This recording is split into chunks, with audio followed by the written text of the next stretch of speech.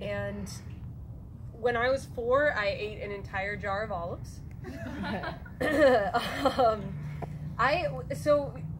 Some people had like rules about food in their homes growing up. Like it was like you can't go into the fridge after like 9, or like you can't like eat that whole sleeve of Ritz crackers by yourself, or like you have to save bacon for the rest of the family. They were like rules, and that wasn't true at my house. That was never true. Like my mom was a single mom. She worked her ass off. She was always either in school or at work or at home doing homework or at home doing something for work. She was always busy and always working to provide for me, right? But that also meant that a lot of times I fed myself, right? I took care of myself, and that was fine. And I loved having full access to the refrigerator, even at the age of 4. So there I was, 4 years old, sitting in front of the TV. I think I was watching Land Before Time, but it's just because like when I think back on the years between like 1990 and 94, I was just always watching Land Before Time. It's a good movie. So I'm sitting there, tiny little white girl with my mullet. Y'all can fuck off. It was the 90s and it was the South. Okay, everybody had a mullet that was white. It's just what it was. So I'm sitting there and I have a handful of olives and I'm just popping olives. They're so freaking good. Like they're like fleshy and just like creamy but also salty. And I'm 4, so I like just recently found out that they're a food. So I'm just like, oh, I can't stop. So then I keep going back and forth to the fridge, right? I keep getting up and like going and grabbing more handfuls of olives. And soon, after a while, I go back to get more, and I realize that the jar is empty, and I've eaten all of the olives. And I had this moment that I know, hopefully, some of you will associate or understand as well. Sorry, I just got really distracted by the sign. Everybody okay? Is it an emergency for us, or is it okay? No. Somebody nearby. Okay. Hope they're okay. They heard about the olives. Well, just wait. So I had this fear of like, I don't know exactly why what I just did is wrong, but what I just did is bad and I'm going to be in trouble. And I don't know what's going to happen, but like when you're a kid and you're like, I don't know why, I don't know how, but I got the feeling. Yeah. So then I'm like, but I still want some more olives. And I'm already going to be in trouble. And so I don't remember like I was 4, so I don't remember my exact reasoning, but somehow it made sense to me to pick up the jar and drink the olive juice. So I chugged the olive juice, and then I was immediately violently ill the whole night. It's one of my mom's favorite stories to tell about me being a silly, crazy kid. Oh, Emilia, she never knows when to quit. That's true. That's accurate for my whole life. That's a problem that I've had forever, right? I'm a very much like all or nothing kind of girl. I've always struggled with like impulse control and things like that. I'll give you another example. When I was 18, I was working at a butcher counter at a local grocery store for the summer, like between high school and college, and I needed money, so I was working a double shift at this butcher counter, and I forgot my lunch, right? And the butcher was this like, he was a really kind and terrifying good old boy, like white good old boy, like in the truest sense. I can't remember his name. I'm gonna call him Terry. And Terry was like about my height and just like this huge like barrel chest. He was a butcher, so he would like have like be lifting these giant like racks of lamb or whatever. And one time, an illustration of how Terry was both terrifying and really a kind soul is that he invited me to come stay on his land in the event of an apocalypse. he was like. It's real good. It's defensible. It's in a valley. It ends in a holler. It's gonna be great. We're gonna grow our own food. We got food stores. We got fresh water, and you're invited. He drew me a map, like a hand-drawn paper map, and I wish I'd kept it, but I didn't. So anyway, so Terry, kind and terrifying Terry, saw that I had forgotten my lunch that day, and he's like, "We got a shrimp ring in the back. Nobody came to pick it up. You should just have some of that." But Terry didn't know that I don't really just have some of something. He didn't know about the olive story. So I go back there and I eat the entire shrimp ring. He said I could eat it, so I ate a shrimp ring for like a party of 40 people, whatever. It was delicious. Jumbo shrimp. They had this like homemade like proprietary cocktail sauce. Oh my god. Oh, it was so good. Then I worked the rest of the day. I went home. I'm like, getting like sort of decompressing from the day, and I look in the mirror and I realize that my lips are swollen, and my eyelids are swollen, and I'm like, man, I have been itchy, and then my throat feels tight, and yeah, you guessed it, I had a shellfish allergy. I had developed a shellfish allergy in my adult years. So ever since then, it's been like pretty intense. It's like gotten gradually worse and worse. It wasn't just that I'd eaten enough shellfish for an entire party of people, it was that I genuinely do have an allergy. And even to the point of like, if I just like touch a shrimp, or like if I accidentally eat something that's touched shrimp, I'll have a reaction.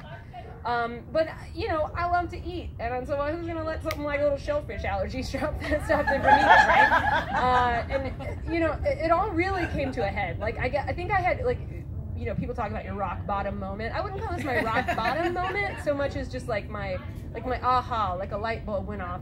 My family goes every year to the South Carolina coast. I'm originally from North Carolina. And they, if you couldn't tell from the southern accent that I was affecting earlier, so they go to the coast, and one of their favorite things to do is to get crab legs, and they do like the big messy crab leg eating, where you like rip the legs apart. I know. You like rip the legs apart, and you like slam on it with a hammer and like crack it open. It's like very vicious and brutal, but it's also really fun. You're just like throwing meat all over the place and like eating. So I couldn't do that anymore, obviously, because I was violently allergic. And I couldn't even be in a restaurant because of like how much was just like in the air. I'm not even kidding. I would have a reaction. So my uncle one year was like, I got it figured out. I found us a restaurant. One side is all you need seafood. One side is all you need steak.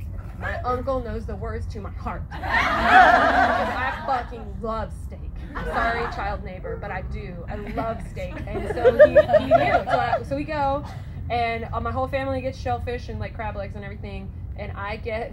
Oh yeah, I got steak. I had a ribeye to start with mashed potatoes and veggies because I like to be healthy. And then I had another ribeye with some more veggies because, balance. And then I had a prime rib. And I was like on fucking cloud 9. Like I was literally high. You know that like that feeling of like it's like most people get it at Thanksgiving, right? In the States, right? We eat enough turkey that you can't really breathe right anymore. But your brain is like buzzing, and it's dopamine, right? It's like your body is releasing happy chemicals of like, yes, this is what you should do, feed me. So that's what I was living in that moment. And but as I'm eating, I think I was halfway through my second ribeye, and I realized that the crab, as people were like banging and like grabbing meat, that there was like debris flying towards my plate. So I was like, oh no. So I decided, brilliant plan, I'm gonna build a barricade. So I got like the salt and pepper basket and the menus and like the ketchup and the sauces. I got everything. Like somebody's purse was right there. And I built a wall, and it was working. Like it was like blocking out all the shells and crab chunks. And so then I finished my third steak, my prime rib, and I was like, well, I gotta have dessert. It's soft serve, y'all. I fucking love soft serve. So I get my soft serve, and I have like gummy bears, obviously chocolate syrup. Those are my two favorite toppings. Like you do, so fucking good. I'm digging in on this ice cream, guys, just down in it. And then I noticed like a violent jerk to the left of me, and I had my glasses on that night, and my husband to the left of me has like sort of like violently attempted to yank some like crab meat out, and I see it coming. Like I see this like, it's like slow mo. I'm like fucking Spider-Man, y'all. I'm like, and it just like right in my eye. And the eyes are the entryway to the soul and also the blood.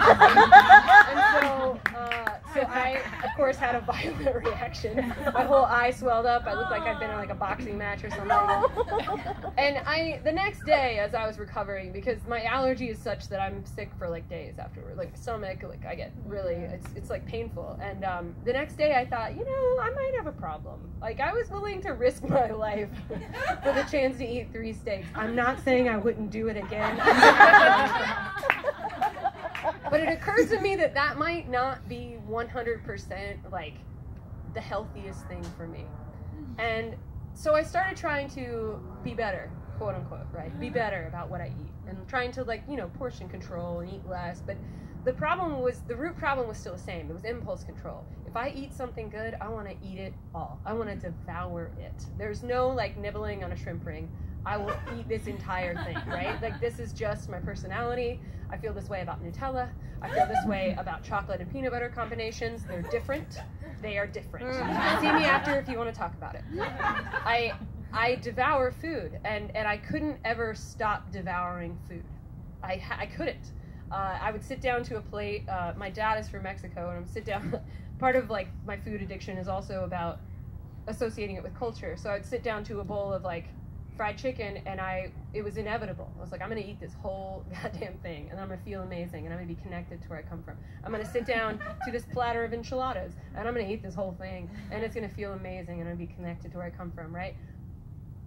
But it was never enough. I always needed more and more and more, right? So, you know, I took it on myself. There was a lot of shame and a lot of anger, right? Like, why do I keep doing this to myself? Why can't I just stop eating, right? It's not like it's heroin, right? But it is, kind of. And then a year ago, I, for other reasons, went to a doctor, and then I was shortly after diagnosed with adult attention deficit hyperactive disorder. What? ADHD, raise them up if you got it. Yeah. It's strange because a lot of times, and this isn't always, but a lot of women aren't diagnosed with ADHD when they're kids because we aren't like allowed to show the symptoms in the way that boys are. Boys are given space to like spin like a top around the classroom, and girls are expected to sit quietly. And if we are distracted and we don't pay attention, we're just daydreamers and our heads are in the clouds, right?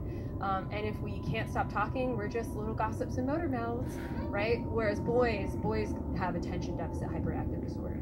But no, I do. And essentially what it is, in layman's terms, because I'm not a doctor, FYI, is that it's a lack of serotonin and dopamine in my brain, right? So my brain requires this chemical that it's just not making, and the only way that I could get it, the only way I had been taught to get it, was to turn to food, right? And so anytime I would eat, just this like rush of like chemical would hit my brain, and I was okay. My brain would calm down, and I could be relaxed, and it disguised itself as like the relief of like, oh, I'm not hungry anymore, and like no, like your brain needed something, and you're giving it something, but you're giving it that through food. It was real fucked up. And I don't know, it's been a journey since learning that about myself, because I've had to learn other ways to replicate, right, that chemical. So instead of eating an entire jar of Nutella, I'm standing here in front of all of you tonight telling a story, and dopamine's like, right? Like my brain is like going crazy with dopamine right now. And I don't know, I want to keep doing that. I still love food, don't get me wrong. I don't know if you can tell, I still love food. Like, we have some Thai food here that got ordered, but we don't have any forks, and I am dying. I am in pain. This woman has a medical need. Anyway, I still love food, but I'm trying to get my health, I'm trying to get what I need from healthier places. And I still want to devour, but I don't want to devour food anymore. I want to enjoy food, and I want to devour life. Yeah. So